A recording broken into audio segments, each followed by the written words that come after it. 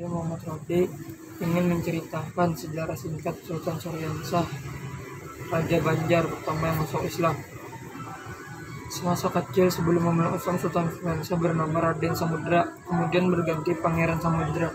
Pangeran Samudra adalah putra mahkota pewaris tahta Kerajaan Negara Dipa di negara Daha, putra dari Maharaja Soekarama. Soekarama adalah Raja Banjar hingga kelima yang kerajaannya berpusat di tepi sungai negara. Pangeran Samudra mendapat wasiat dari ayahnya untuk mewarisi tahta kerajaan.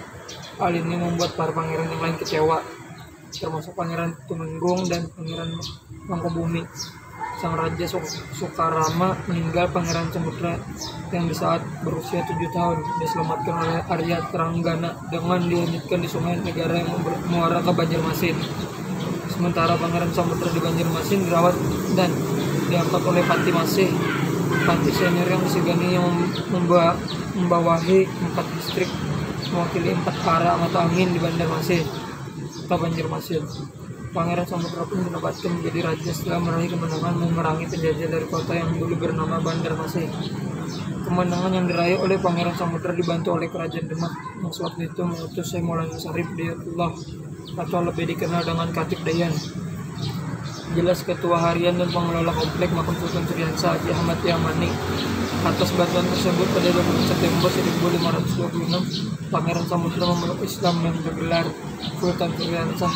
Tahun tersebut dijadikan tahun berdirinya kota Banjarmasin. Saya ingin menggunakan cerita singkat Datuk Kinarang Bayah Kuning pada abad ke-14 di Kecamatan Gabalang, Kabupaten Gabalang.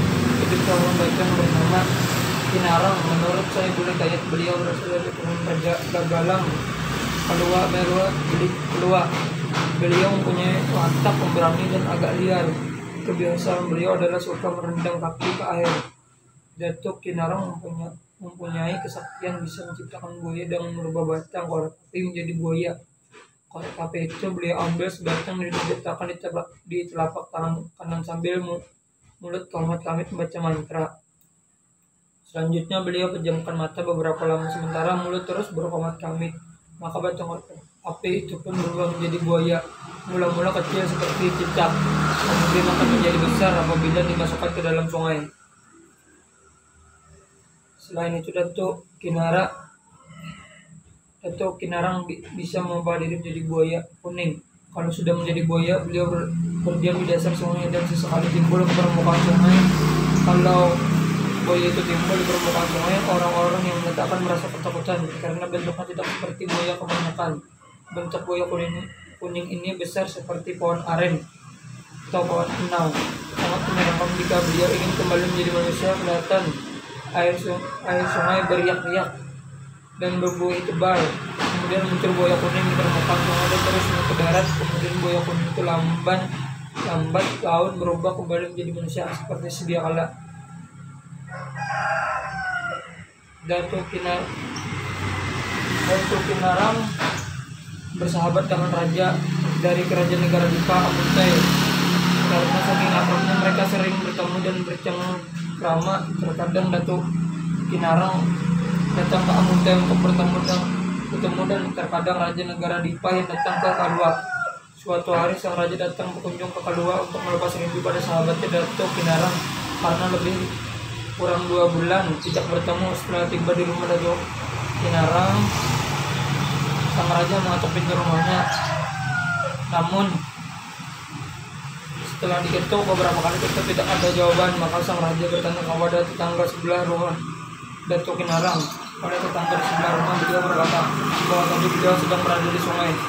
Sang raja berjalan menuju ke sungai sebagaimana yang telah dikatakannya oleh tetangga Datuk Kinarang, namun tidak menemukannya. Lalu sang raja berteriak memanggil sahabatnya tersebut di pinggir sungai.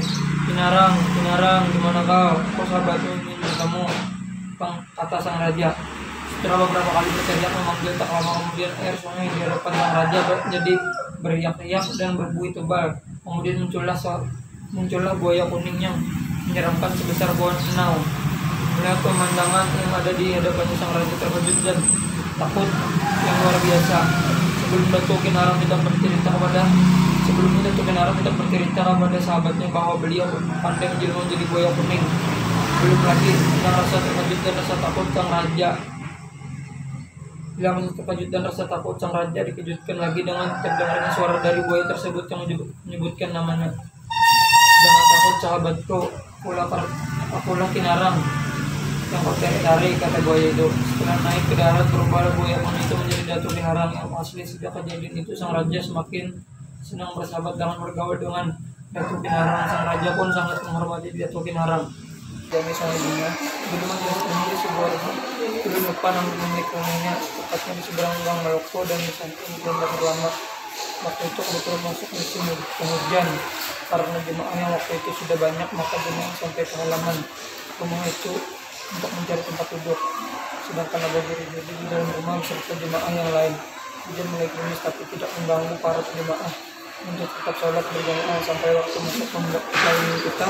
Maka hujan dengan lebat dan jemaah pun kocar-kacir mencari tempat berteduh. Sebagian masuk ke dalam rumah bakal jalan bersasakan dengan jemaah lain dan sebagian di luar mencari perlindungan. Abah Guru Jodi pun berucap, hujan lebat ada luar. Bertahan dapatnya hujan Wayuda, memintalah malaikat air yang mengatur hujan supaya hujannya oleh air. Hingga sampai tuntung majelis ilmu, minta semua lawan malaikat mencari untuk tindakan taktis tumat Jepang. Demikian majelis dia asin jemaahan bertahan. Maka selesai Abah Guru Jodi berucap seperti itu, maka tiba-tiba hujannya berhenti dan jemaah pun kembali ke tempatnya semula untuk duduk. Setelah pengajian selesai dan habis sholat isya, kami perwakilan mengambil kendaraan masing-masing dan saat mau pulang hujan pun turun dengan lebatnya. Teman ulun berkata, "Pas benar Gurai, mau minta jangan hujan sampai habis majelis. Jika tadi bocok minta jangan hujan pas jemaah, masing-masing sudah di rumah ada bau kehujanan miliknya." Bertahunan sambil ketawa. Sekian dari ulun. Assalamualaikum warahmatullahi wabarakatuh.